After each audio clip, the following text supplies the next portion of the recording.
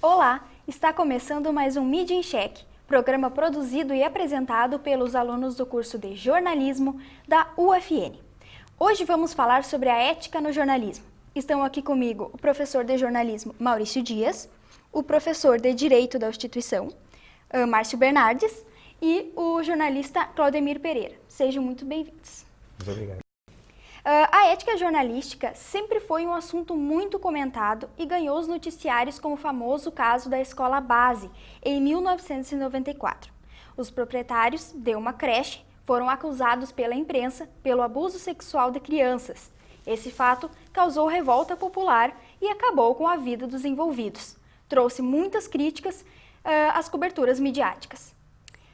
Hoje o assunto volta ao foco com mais outros motivos que chegam a ocasionar a demissão de alguns jornalistas. Um dos casos mais recentes é o do jornalista Doni Denúcio, que pediu demissão após se envolver um escândalo por manter uma empresa de assessoria de imprensa que negociava contratos publicitários com outras empresas.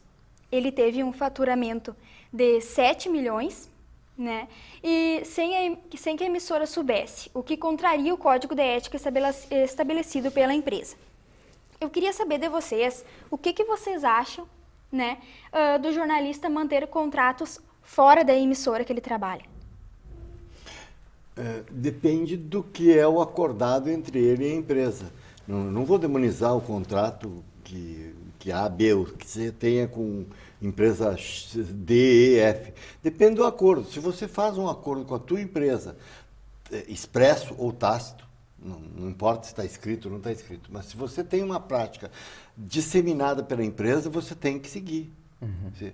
Eu, por exemplo, já tive empresa de assessoria de imprensa ao mesmo tempo em que trabalhava num veículo de comunicação, mas isso não era impeditivo para a empresa nem para mim. Eram respeitados os limites. Quando esses limites fogem ao controle, bom, aí ou o jornalista tomou uma atitude ou a empresa tomou uma atitude. Mas isso precisa estar claro. Quando eu digo claro, eu vou repetir. Não precisa estar escrito, precisa ser convencionado entre as partes. Uhum.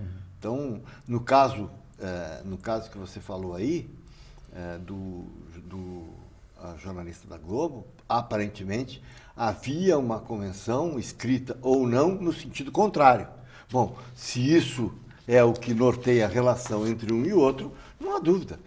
Ou ele escolhe, ou fica, ou sai. Não tem outro jeito. Na verdade, é uma contratação, de prestação de serviço, é um trabalho. Então, no âmbito jurídico, inclusive, da questão do trabalho, as cláusulas devem estar bem claras e estabelecidas, na relação de trabalho. Acho que é isso que o Claudemir está falando. Isso aí. Uhum.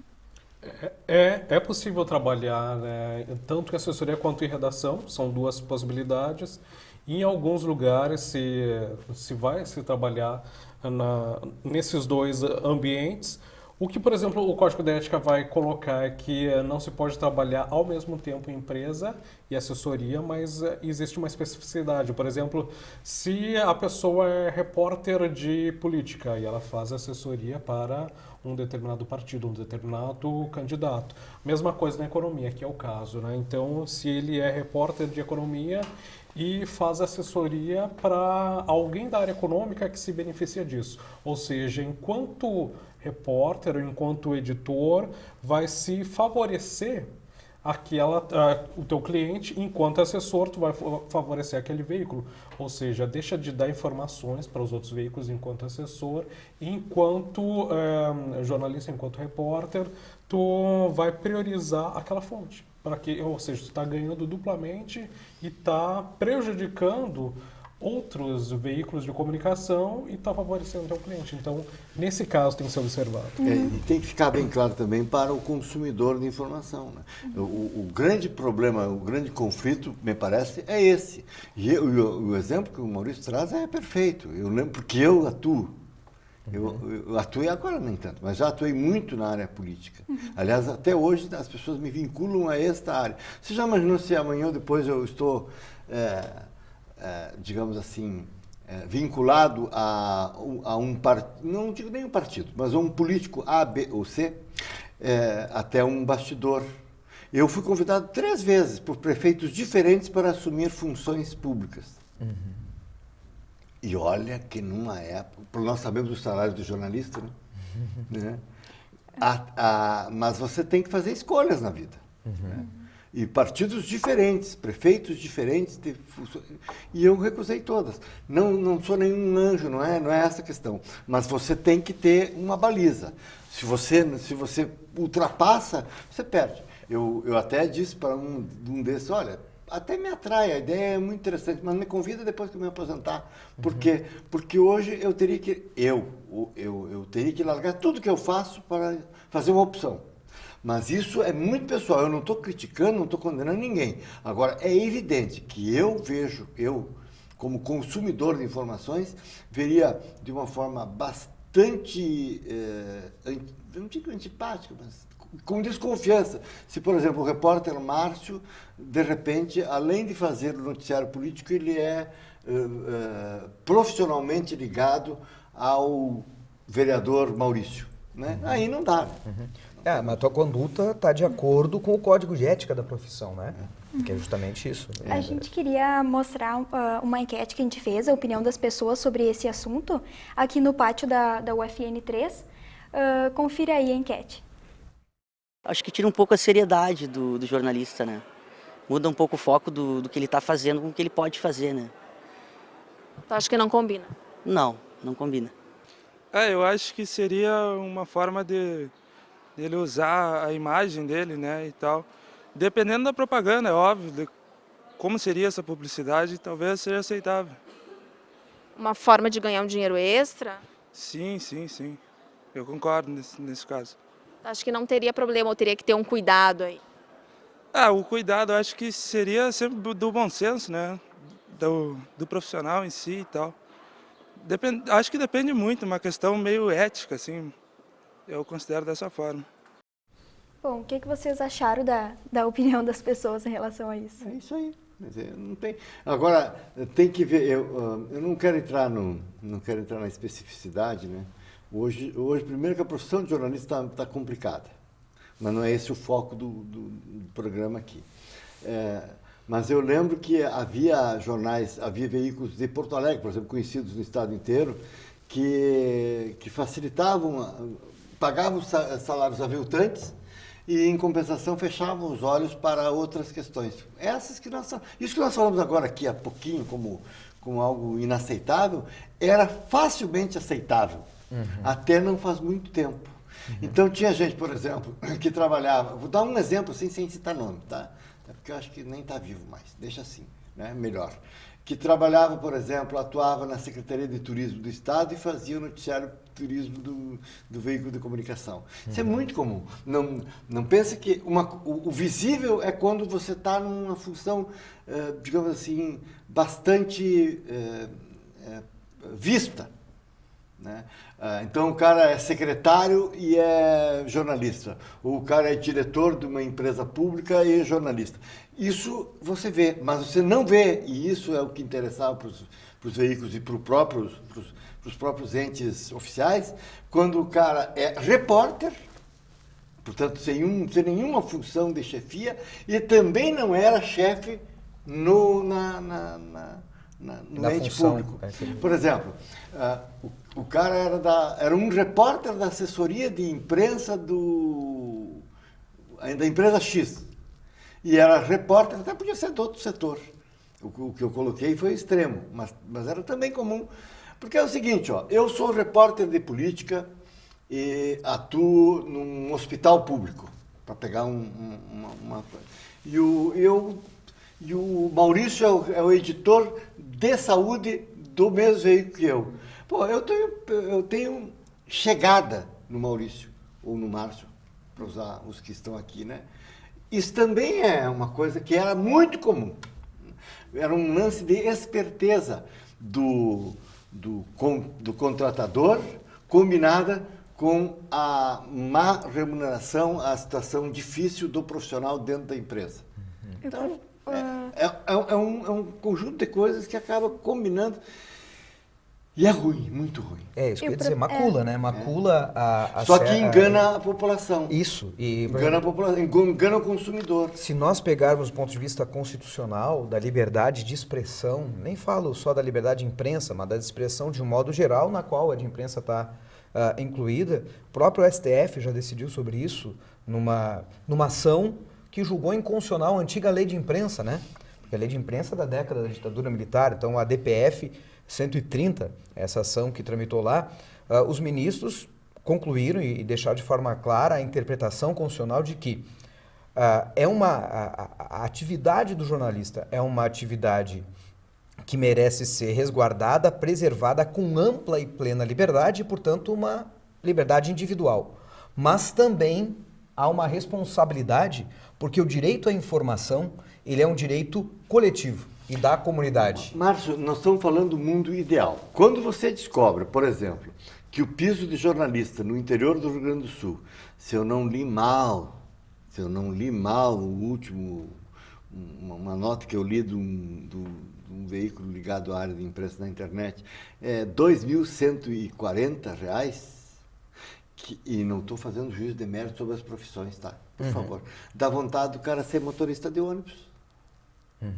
Mas vê assim, não é tão mundo ideal, é o que está na Constituição, o que está na Não, lei e tô falando- como trabalha isso. Ah, ok, perfeito. E aí na verdade eu faço coro com o que tu tinhas falado antes, que é a responsabilidade também com o consumidor da informação. Exato, mas né? ok, o mundo... Mas sim, temos A problemas. Constituição é uma coisa, o mundo aqui é outro. Né? Então, é muito fácil se vender. Vou voltar bem no português. Se vender. É muito fácil se vender.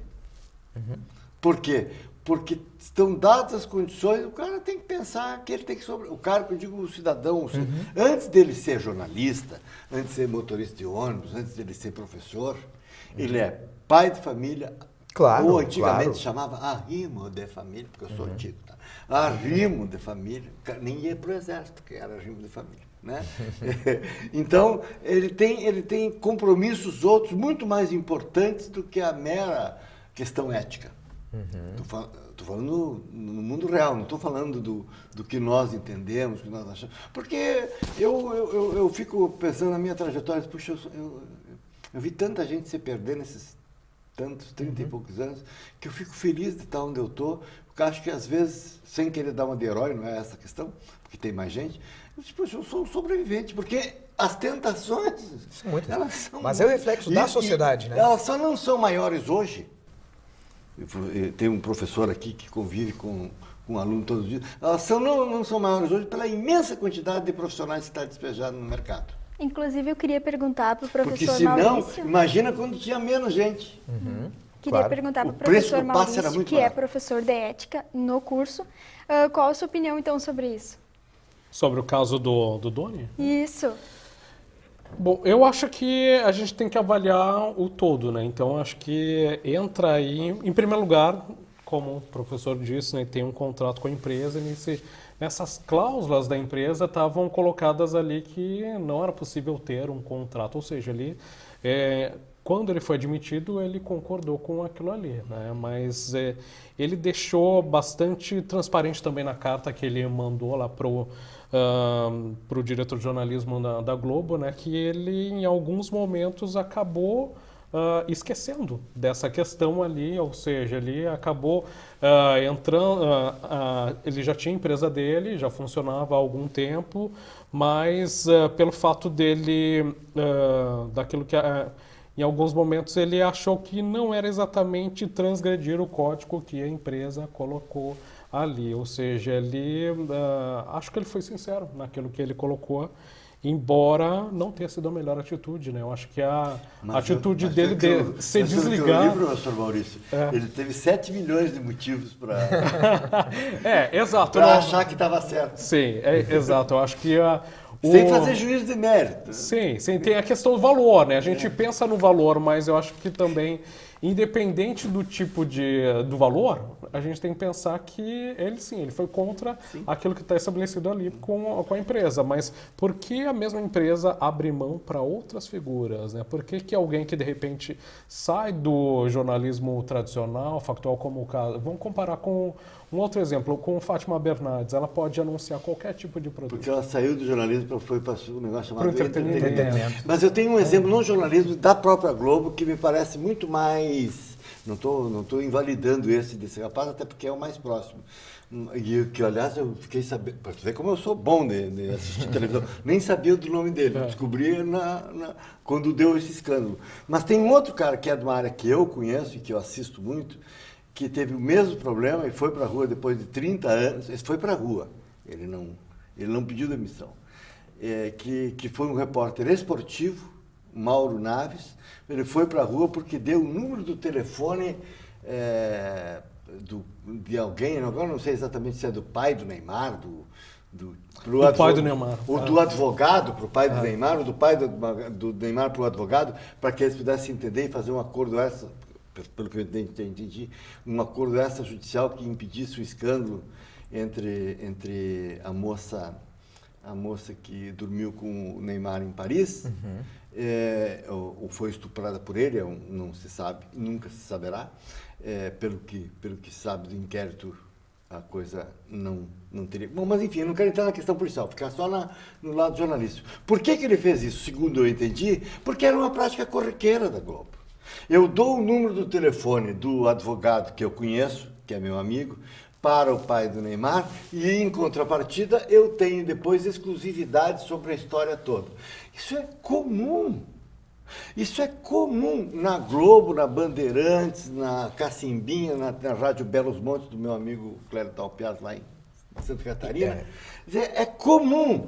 Eu não estou nem discutindo se é ético ou não é, mas veja bem. Professor Márcio, é comum, mas é ético. Só para fechar. O que acontece, menina? Eu seguro uma informação por 24 horas, corro o risco porque isso implica risco, que a minha concorrência consiga a informação também e eu dance. O embargo, né? Que a gente... Exato. Mas eu tenho a garantia de 24 horas depois ter toda a história.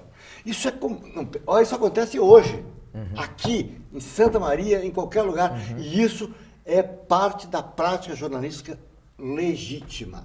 Você corre riscos. Tá bom, eu te dou o telefone do Maurício. Tu quer conversar com ele? Quer. Tudo bem. Mas eu preciso que depois tu só vai me dar a informação para mim.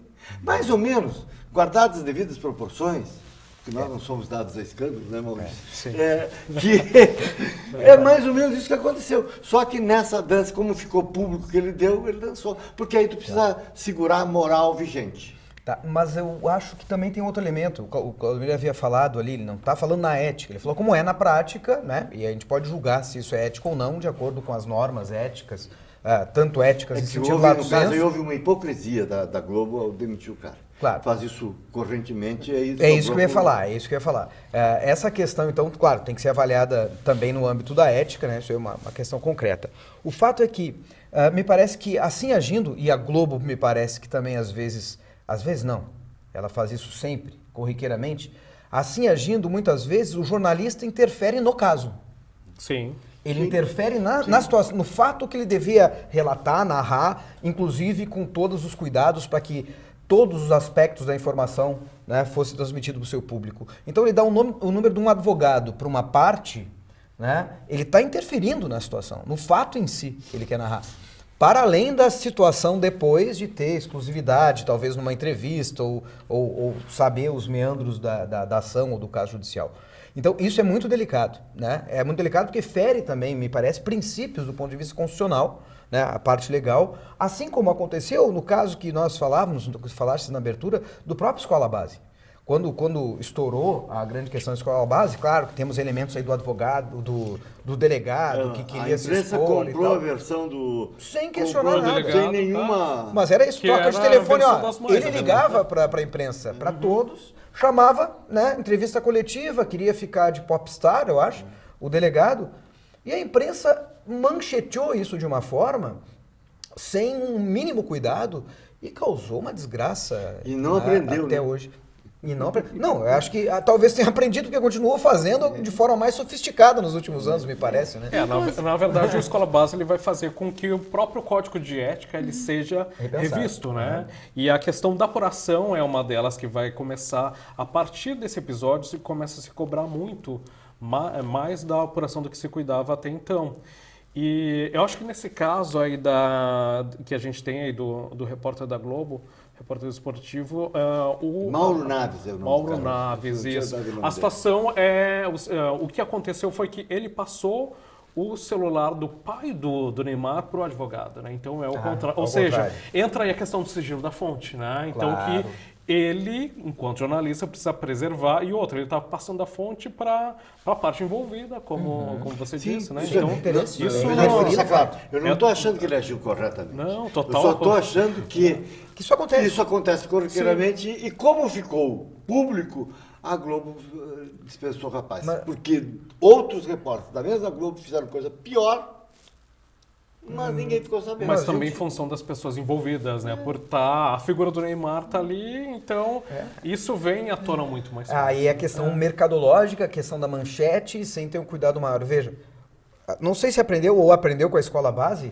mas o caso Lava Jato e relação da imprensa com o juiz, então juiz Sérgio Moro, agora ministro, me parece que é a mesma coisa, né? Em muitos aspectos. E a Globo, mais de uma vez, estampou nas manchetes dos jornais em horário nobre a obtenção de informações com exclusividade, vazamentos que o próprio juiz fazia, né? O contato telefônico direto, influenciando nos fatos, inclusive nas circunstâncias políticas do país, de forma deliberada, né? Para esse ou para aquele lado, me parece. Então, realmente, isso é uma situação preocupante, né? Mas que de fato acontece. E o que vocês acham do jornalista Evaristo Costa? Que ele fez muita medo publicidade dessa- no Instagram, né? O dia de nomes aí que eu não conheço. E ele fez muita publicidade no Instagram e o jornalista, ele é visto como uma pessoa séria, né? Como vocês veem esses lá? Ele esse fazia lado? propaganda de clientes no Instagram. Então, é mesmo, eu não conheço. Bom, eu não conheço nem sei quem é Evaristo Costa. Vamos deixar claro. Pode me chamar de grosso, Do ignorante, J- burro, não sei quem é. do Eu ouvi Isso, dizer ele que é o era- cara da Globo, ou era da Globo, mas eu não sei o que ele Apresentava fazia. o jornal hoje. Não vejo o jornal hoje, mas enfim, não importa. Podia ser o Mas Evaristo. pode ver amanhã.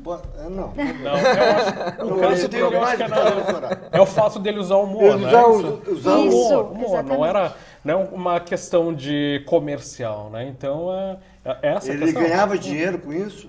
Não, ele ganhava popularidade, dava popularidade para uma mídia tradicional que começa a mudar um pouco a maneira como apresenta. Ele tinha Mas memes. isso aí, ó, a cada vez mais. Vou dar um exemplo local regional. A RBS, não sei qual é o nome, deram um nome de um negócio lá que eles fizeram lá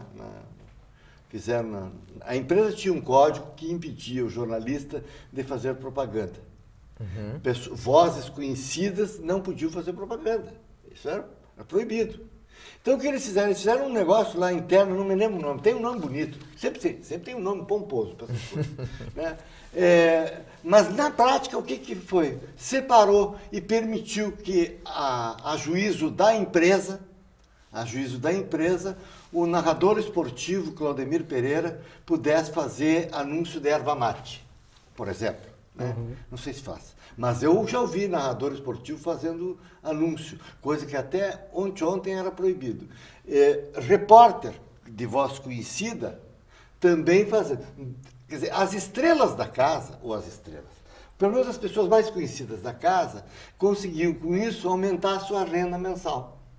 Quer dizer, e amarra o profissional à própria empresa. É uma até estratégia interessante. Agora, também há que se discutir Muito, eu acho. se pode ou não pode.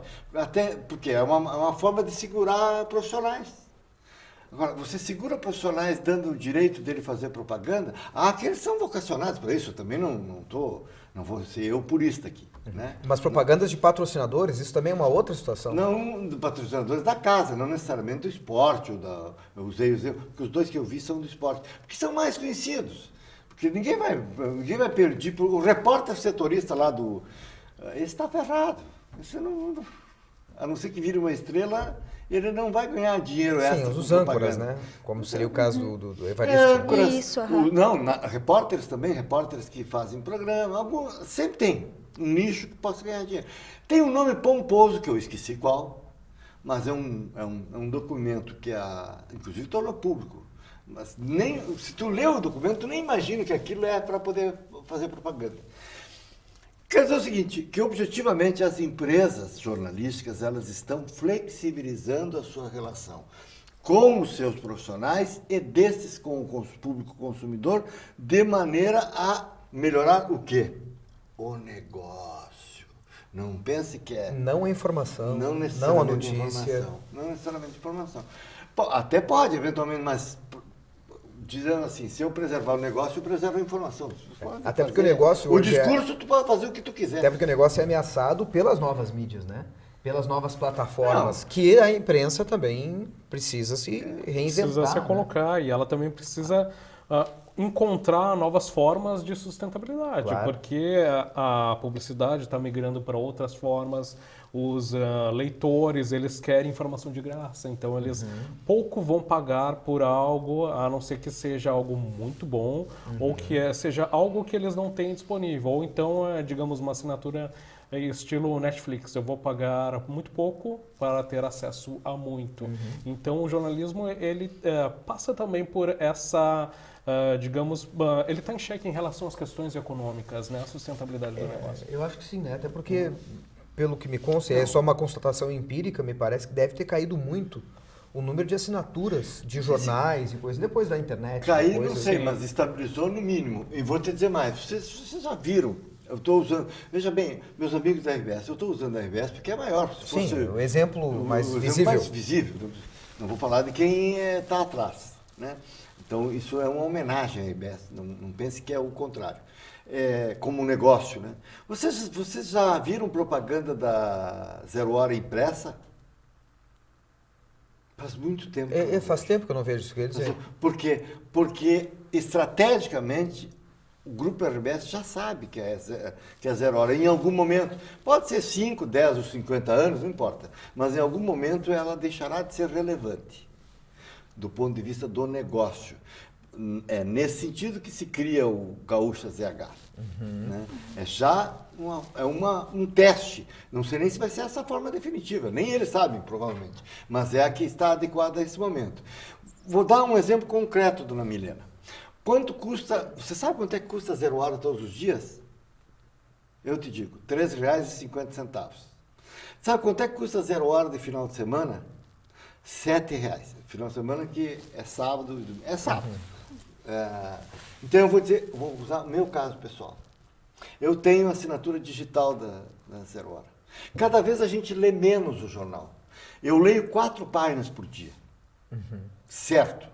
Se tiver alguma coisa excepcional, eu vou ler mais 1 ou 2. 6. Mas vamos botar assim um dia extraordinário. 10 páginas em 60. Então tu faz a conta. É R$16 por mês que eu pago. Se eu for comprar a do final de semana, toda semana dá R$28. Por que eu vou gastar 28? Nem vou falar do dia de semana. Por que eu vou gastar R$28 por mês para ler 5, 10 páginas por edição, se eu posso ler 5 ou 10 páginas por edição durante 30 dias, pagando R$16? Em 2 semanas está pago. Então, isso sou eu que inventei? Não, foi eles que inventaram. Porque eles também perceberam. Em algum momento esse preço vai aumentar, mas por enquanto eles não podem aumentar. Ao contrário, fazem propaganda. Quanto menos espera, eu me sinto lesado como consumidor. Os caras oferecem por 5 pila, como já aconteceu. Você tem todo o conteúdo de Gaúcha ZH que não é... e você não tem só o jornal.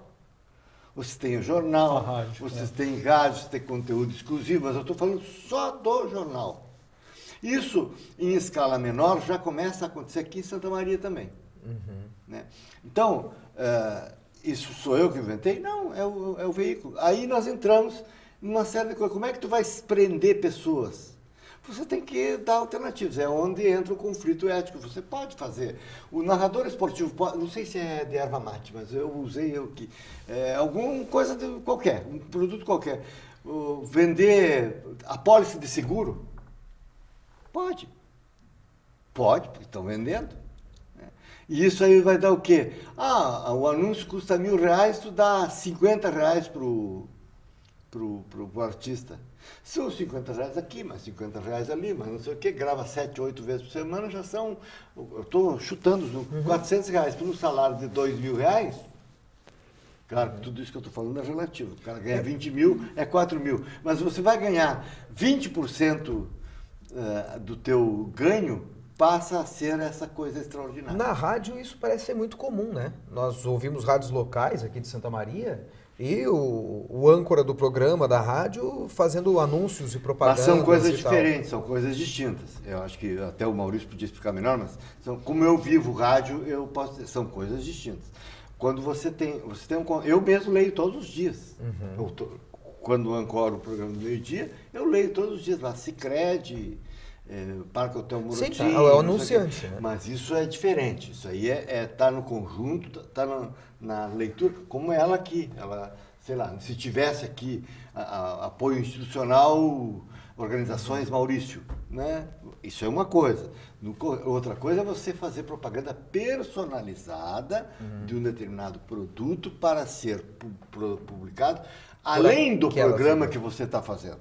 Então, são coisas distintas. Já no rádio do interior, bom, aí é um vale tudo, né? Bom, nós temos outro ponto que pode ocasionar a falta de ética, que é quando a fonte se contradiz na notícia, na reportagem, né? Vocês, jornalistas, já passaram por algum momento assim constrangedor? Eu acho que isso aí é bem comum, né? Isso é da profissão. Na verdade, eu acho que isso faz parte do aprendizado enquanto jornalista, aprender a detectar quando a fonte ela está sendo verdadeira, quando ela está mentindo, porque a contradição do discurso é justamente que ela está mentindo. Agora é uma relação desigual, Maurício, porque o repórter, coitado não sentido, coitado é porque é coitado mesmo. Sim, porque ele não pode destratar a pessoa, porque senão ele vai dançar com o chefe dele. Mas ele também não pode bancar o otário. Então, olha, hoje não, eu não sei quando é que vai pro ar esse programa. Então, dia desses, quando esteve aqui no Sul o presidente Jair Bolsonaro, o presidente não é que destratou, porque eu acho que é um exagero também. Às vezes se exagera um pouquinho nessa questão. Tu tem que também entender com quem tu está falando, né? Tu tem que apreender. Então, tu já sabe que o cara é grosso, tu já vai de uma maneira, já releva algumas coisas. Mas ele respondeu, em vez de responder a pergunta, ele fez... a pergunta era, presidente, o senhor, assim, quase na finaleira da coletiva, eu peguei pelo rabo da entrevista e comecei a rir, né? Porque vou fazer o quê? O repórter, coitado, perguntou, presidente, o senhor falou lá em Pelotas, não sei onde, que a partir da semana que vem nós não teremos radares móveis nas estradas. E aí, o senhor qual é a posição, o senhor sabe qual é a posição da Polícia Rodoviária Federal a respeito? Pergunta muito boa. Aí, o que respondeu o presidente? Daquele jeito, digamos assim, dele. Olha, o presidente manda nas Forças Armadas e na Polícia Rodoviária Federal. A resposta perfeita, porque ele não perguntou nada para a Polícia Rodoviária Federal, ele simplesmente ordenou, e a Polícia Rodoviária Federal vai ter que cumprir. Se é uma boa medida ou se não é uma boa medida é irrelevante. O que é relevante é a opinião de quem manda, né? Então, eu não sei porque eu não estava lá, não vi, não tinha, mas a cara de tacho que deve ter ficado o pobre do repórter, porque ele não podia questionar, né? Mas afinal de contas, o senhor ouviu ou não ouviu? E está sujeito a ouvir o que não quer. Então, dona Milena, essa questão de você... eu tenho uma teoria, mas é que eu sou, com todo respeito ao ambiente que nos cerca, eu sou puto velho. Então, o que acontece? Eu brinco com isso.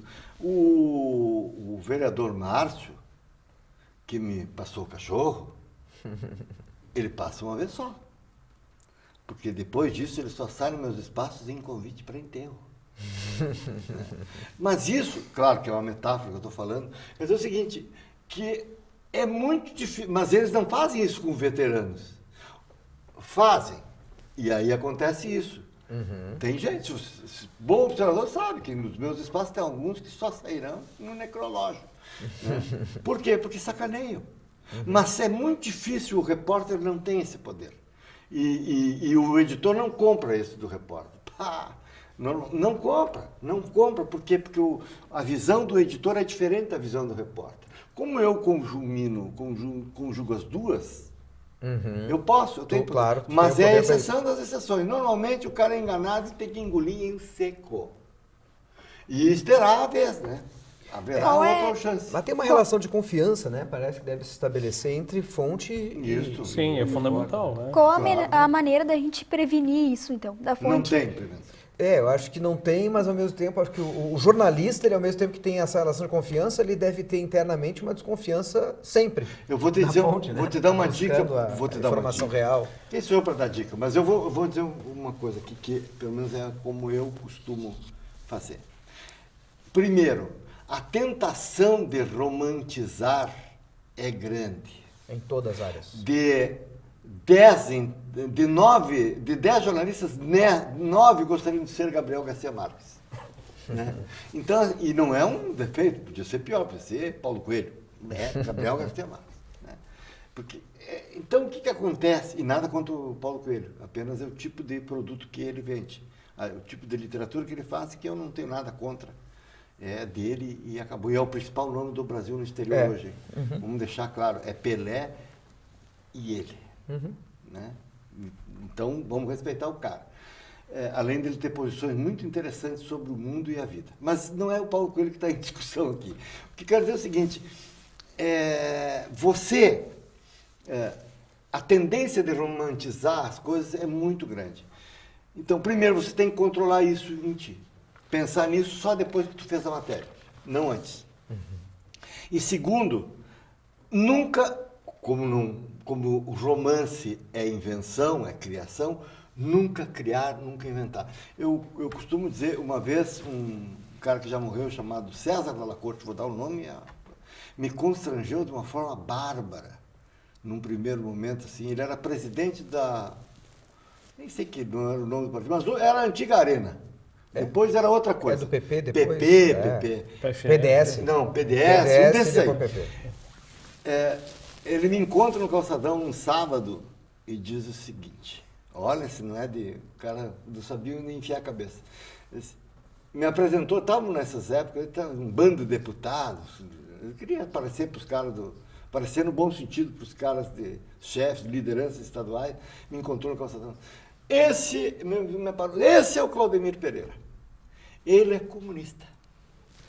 Não é que nem o outro cara diz, comunista. Não, é comunista, antigo.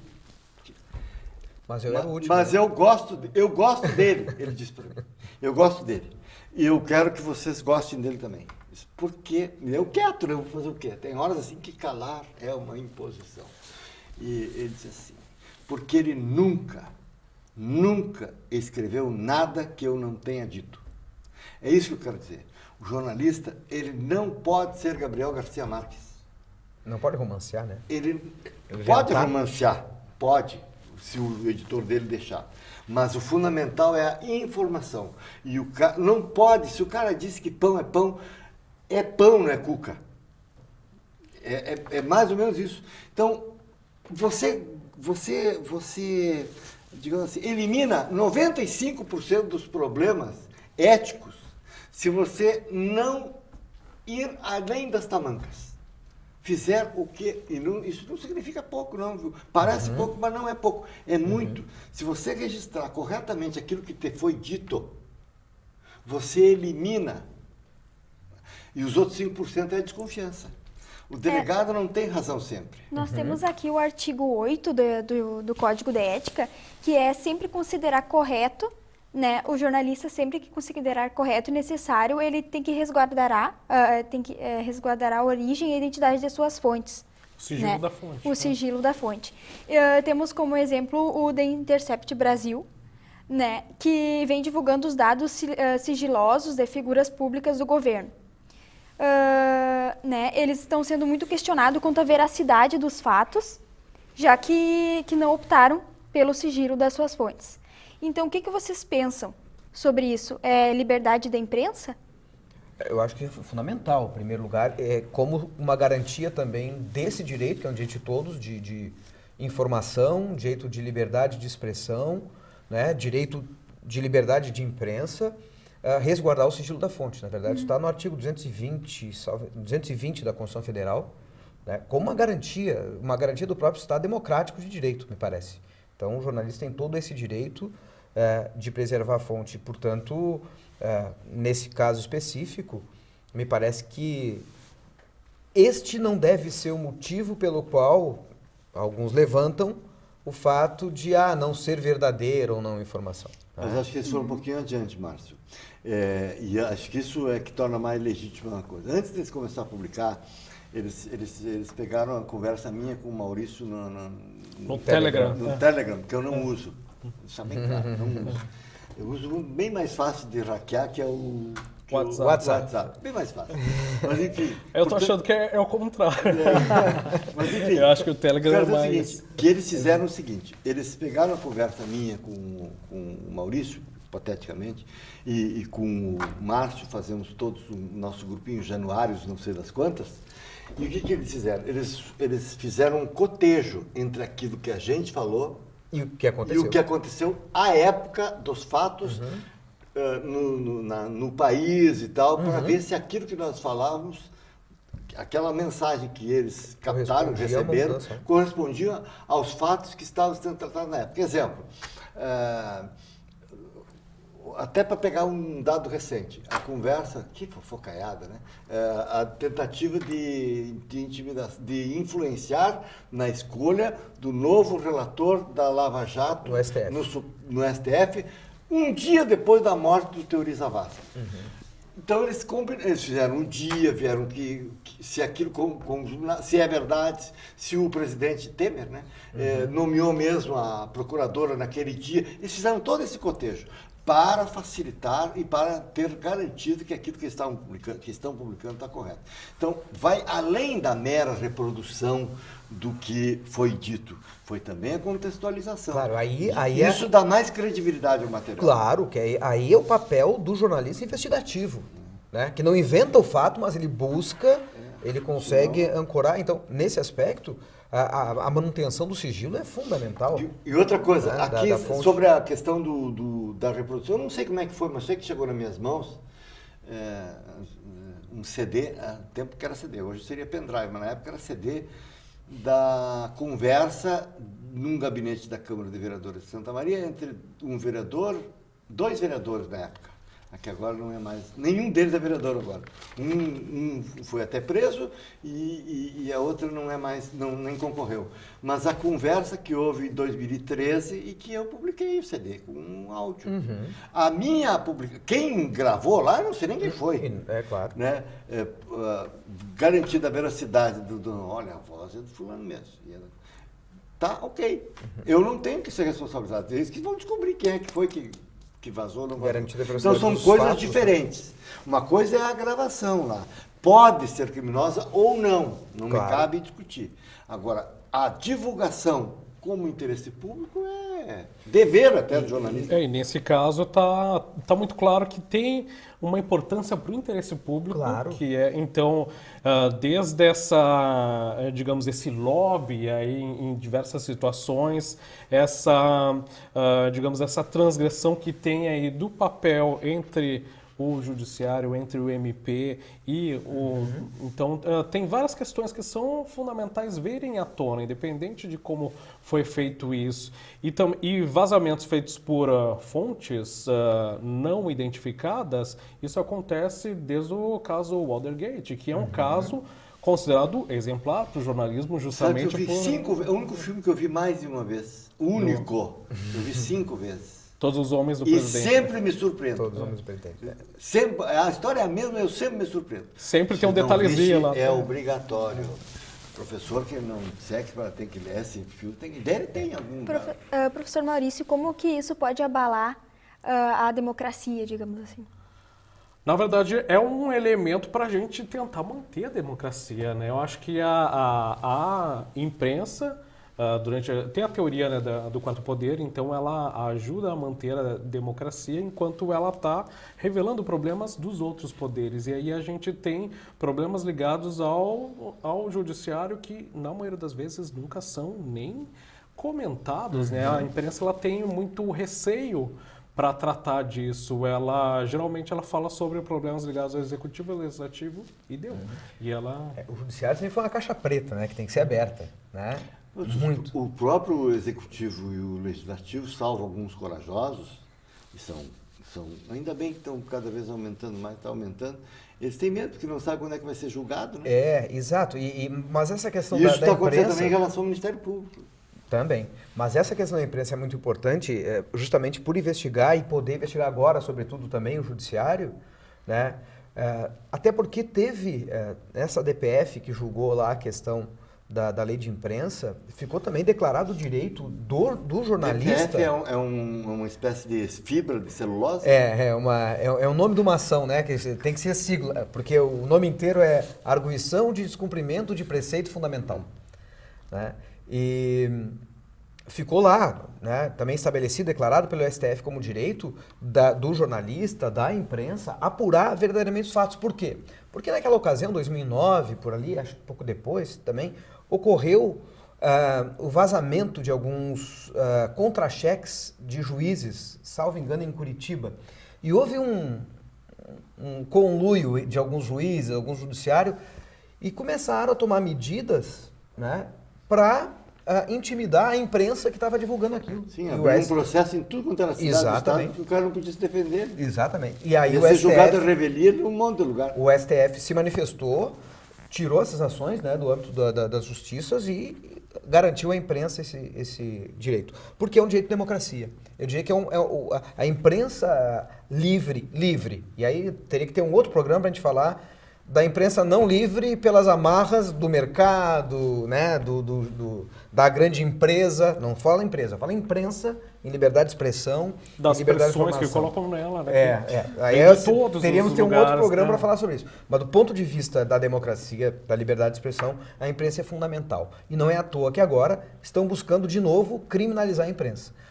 Depois desses vazamentos do Intercept aí, eu já ouvi comentários absurdos do ponto de vista jurídico, da razão, né? Mas que a gente anda em tempos absurdos, que dizia que o Glenn, né, Greenwald, teria recebido essas informações que teriam sido obtidas, em tese, de forma criminosa, e ele seria, então, um receptador, né, do crime. É claro que é absurdo do ponto de vista jurídico, mas esse discurso começou a rodar,